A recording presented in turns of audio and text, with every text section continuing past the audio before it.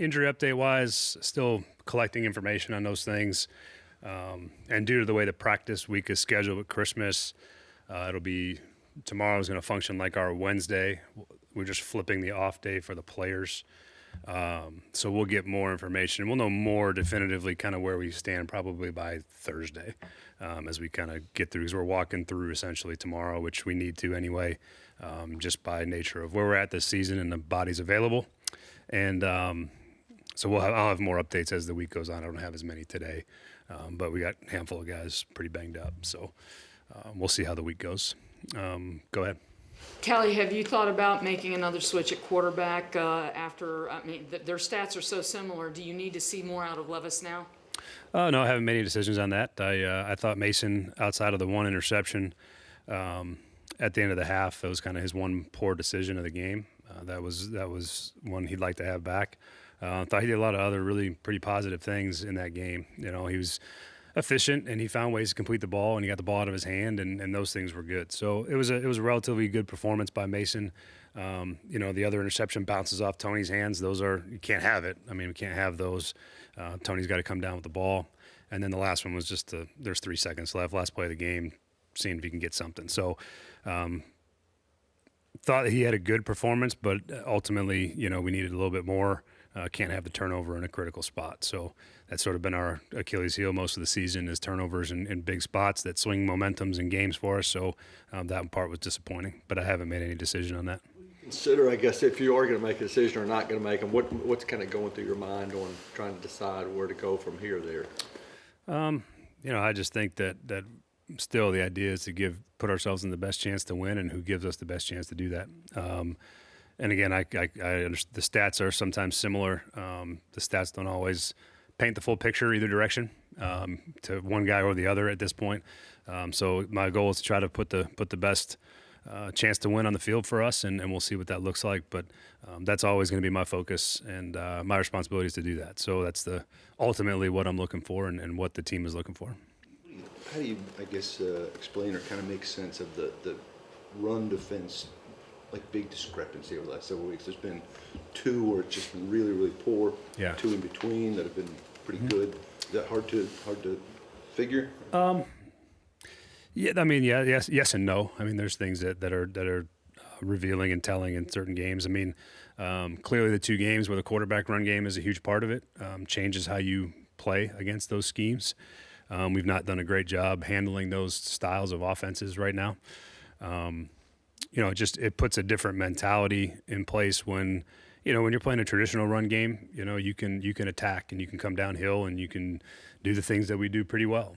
When the quarterback's involved in the run game, it changes a little bit of, your ends have to play the quarterback. You have to be assignment driven. You have to have hats where they're supposed to be in terms of the RPO game and the quarterback. And so you have to be assigned correctly. It's a little bit less of go disrupt than it is where you got to be a little more on top of the details. And then again, when you start playing in some single high defenses, what happened to us in the game on both the long runs was, you're in a single high defense and you have to fit it right. Otherwise, it ends up being it can be a big explosive play because you got so many people by the box. And so that's what happened on the one run to Jonathan Taylor's. We're in a single high and we misfit the run, and the run gets to the second level. We don't make the tackle. And he gets out for 70, and that's really, it was three big runs that happened in that situation that made that day look as bad as it did. We still fought. I mean, they ran the ball a ton of times, but the big ones is where we can't have. We got at least, again, even at the end of the day, get them on the ground for a 20-yard gain. Just don't give up a 70-yard touchdown, which, again, we didn't do a good enough job there. But we misfit some runs that led to some big runs, and that was just kind of the story of the game. The way guys react to it. Well, it's just fits. We got to fit better. Well, run stopping's actually pretty easy. Well, it's all 11 guys. You don't have to yell. You can ask a question and all. Thanks. Well, it's all 11 guys. It wasn't me. Well, it was better when I was on the field. It seemed like a lot of guys really had an easy time coming to terms with it. How do you feel about that? I didn't see any of that, Paul. To be honest, I didn't watch it. I didn't see any of the player interviews or anything like that. But yeah, I don't sense that from our players. What they say after games, and sometimes there's emotion involved in it. Don't feel like that is indicative of what I experience when I interact with them. Certainly, I'm as embarrassed as anybody that was what we put on the field, and I think they are too. That is not obviously anywhere close to acceptable performance in the run game. I don't really know how they personally felt about every part of it, but collectively, we had to play better in the run game than we did, and we didn't do enough things right, and that's how you get run for the amount of yards we got run on. So, again, I can't comment to what they said after the game, but I just know that I would hope that they feel just as embarrassed as I do that that's a performance that we can't put out there. One of the Colts players said something after the game along the lines of he heard one of your players say, well, this feels like a Dave Taylor's going to go for 300. Did you sense that kind of resignation from the defenders, that they just kind of thought that was going to happen? No, I didn't. I mean, I think, again, I can't comment to what they said, but yeah, we knew it was going to be a game where they're going to hand the ball off a bunch. The quarterback, that's what they've done the last handful of games too. It's sort of been their formula for success is they run the ball a lot. The quarterback doesn't throw it a lot, and they're going to try to hand it to him as many times as possible. He's playing really well. Both in the quarterback's playing well in the run game, and Jonathan Taylor's been running the ball pretty fantastically over the last handful of games. So, yeah, I mean, the expectation was that they were going to run the football a lot, and it wasn't anything that we didn't expect. We just didn't do a good enough job defending it. Gray and Williams, maybe being inexperienced late round rookies, were they having issues getting in the right spots and all? They did some good things. They flashed some of their talent that they have, but you could see that they had some rookie moments in there as well. Cedric was productive on the ball. I thought he showed some things that was good to see, but you saw their inexperience against that style of run game show up a little bit. And again, everybody on defense has to be better against the run game, and they're certainly a part of that process. And you do have to have 11 guys doing the right thing to stop the run, and guys taking care of their gaps and being where they're supposed to be. And we didn't have enough of that during the game. Guys said that you didn't adjust, and they kind of referred the question back to you as to why adjustments weren't made. Were you guys coaching for change in the way you were defending the run, and how did players respond? Yeah, I thought they, we tried a bunch of different things. We were playing some man coverage against some of that RPO stuff, which you have to do against quarterback run game. We pressured it quite a bit. We played some middle field open. We sort of rolled through a bunch of different things to try to slow some of it down, and some of it worked pretty good. And again, it's the explosive runs that got out that made it look way worse. But yeah, I thought Denard did a good job trying to mix it up and change the look. So again, I can't speak to that necessarily if that's what they felt like. My door's open if they want to come express those things. A month ago, you guys beat Houston, and on this day, everybody kind of was saying, feels like we've maybe turned a corner. We're looking for more consistency. Since then, bad rush defense and turnovers in Washington, can't score on offense against Jacksonville, turnover problem in Cincinnati. Yeah. Yesterday's the worst rush defense ever. Why has there been no consistency, and how do you clog the varying different things that have haunted you in the last month? Yeah, that's what that's what we work every day to try to do is find a way to keep getting things better, fix mistakes. They've all come in different ways and shapes and forms. It's not always the same thing. It's something different comes up. We end up throwing interceptions in bad spots. We've struggled to defend some of the quarterback run game in the last couple of weeks. It's been an up and down ride, and I think that's what we're trying to do our best to find more consistency. And that's when I talk about down to down consistency. It's drive to drive. It's game to game. We're just too up and down. We back up good performances on one side of the ball with a poor one on the other. We have a good performance here in one game and then a poor performance the next one. And so we're trying to find ways to continue our build consistency, and that's been our biggest challenge this year is playing at the level and the spot that you need to play every single play, every single game over the course of 17 games. And it's never going to be perfect. You're never going to get everything exactly the way that you want it. But we certainly have to do a better job than we've done. And it's been hard to fix every problem every week. And it's when one shows up when you thought you kind of addressed it. So yeah, it's been a challenge, and we're continuing to work on it. We got 2 more weeks to try to keep coaching it. How much of a concern, I guess, Brian, for you and the coaching staff? I mean, you guys have talked about, you know, the future and the promise and so forth, but only 2 more opportunities to show bottom line results. I guess, are you concerned about the lack of opportunities left to show bottom line results? Yeah. I mean, I wish we had a whole lot more to show for what we've done this year. It's, you know, when you look back and the amount of work that we put in since we got here and the amount of effort that's gone into it, to have this particular moment be where we are is not at all what I would have expected, to have it be as challenging as it's been. But it's certainly been challenging, and we've not done a good enough job of producing the way you have to produce on Sundays. Even though I saw a lot of things that I believe in we do the right way, but we haven't won enough football games, and it's a bottom line business, and we got to show progress, and we haven't shown enough.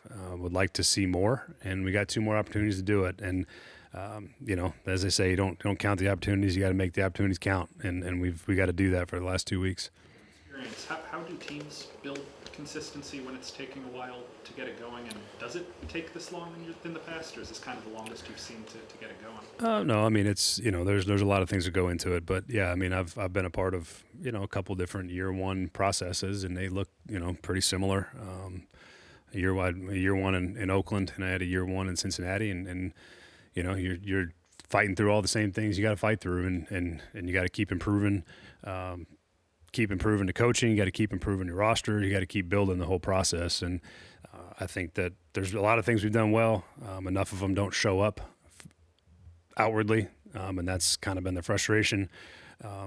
Is the performance on Sundays, has it matched what the preparation looks like, what the energy looks like? The disappointing thing is I thought we had one of our best Friday practices in terms of energy, execution, like on top of all the things you got to be on top of.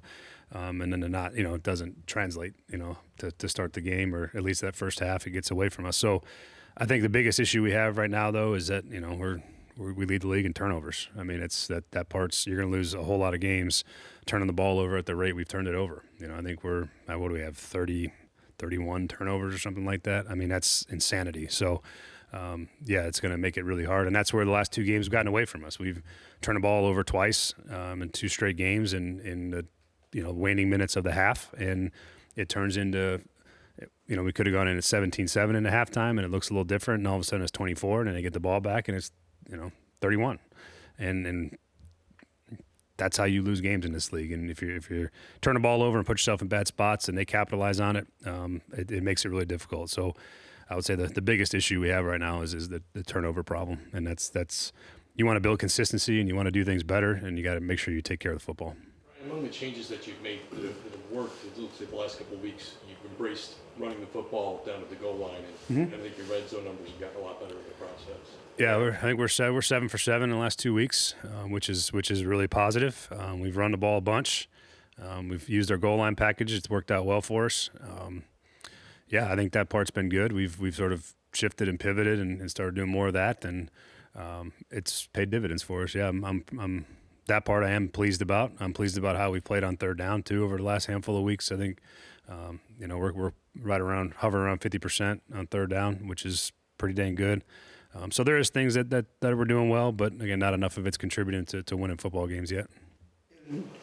Going back to the quarterback situation, if you stick with Mason and Will doesn't see any more action this year, are you concerned psyche-wise for him that his last performance would be his worst of the year? No, I'm not. I think those are that's part of playing NFL quarterback. There's a lot of stuff that's hard about playing the position, and that's how things go. And you got to find a way to bounce back and rebound, and you know, that's the expectation. Was there any one play, I guess, that led to the switch of NPF and Ojukwu yesterday? Or? Yeah, just it was the sack on the 3rd down that we had a chance. You know, as Mason was working back, and it just felt like it needed a change in that moment. he had a couple things that weren't great that we just felt like it was make a change and see what else we can do with the other guy. If you're Amy watching this, Yep. what would you be thinking if you're owner of a football team watching first year coach? The best part about that is that's not my job. My job is to coach the football team and get ready to go play Jacksonville. That's the only thing that I focus on, and anything other than that is out of my control. And I do the best I can every day I walk in here. And it's not for me to make any conjecture on and make any statements on. I'm just trying to coach the football team as best I possibly can and try to go get a win against Jacksonville. Do you expect you're going to have to make a case to her when this is over? Yeah, I have no idea. We talk regularly, and we have conversations about all the things that go on. So, don't know. Was Folk close? Did Narveson just mishit that ball? And how much of a, I guess, deflating moment was that when you could have gone up 10-0? Yeah, that was a big moment. There was two really big moments in the game that I felt like were kind of momentum stealers. The one was the missing the field goal on that third drive to go up 10-0. And the other one was the hands to the face on the explosive ball to Ridley. Those were two sort of momentum-changing plays that I thought, had effect on the game. And making that field goal would have been huge. So that wasn't great. I would love to see us knock that one through, and we'll see where Folk's at. Again, don't want to make any proclamations about his availability, but he should be improved from last week for whatever that's worth. And we'll see where he's at by the end of the week.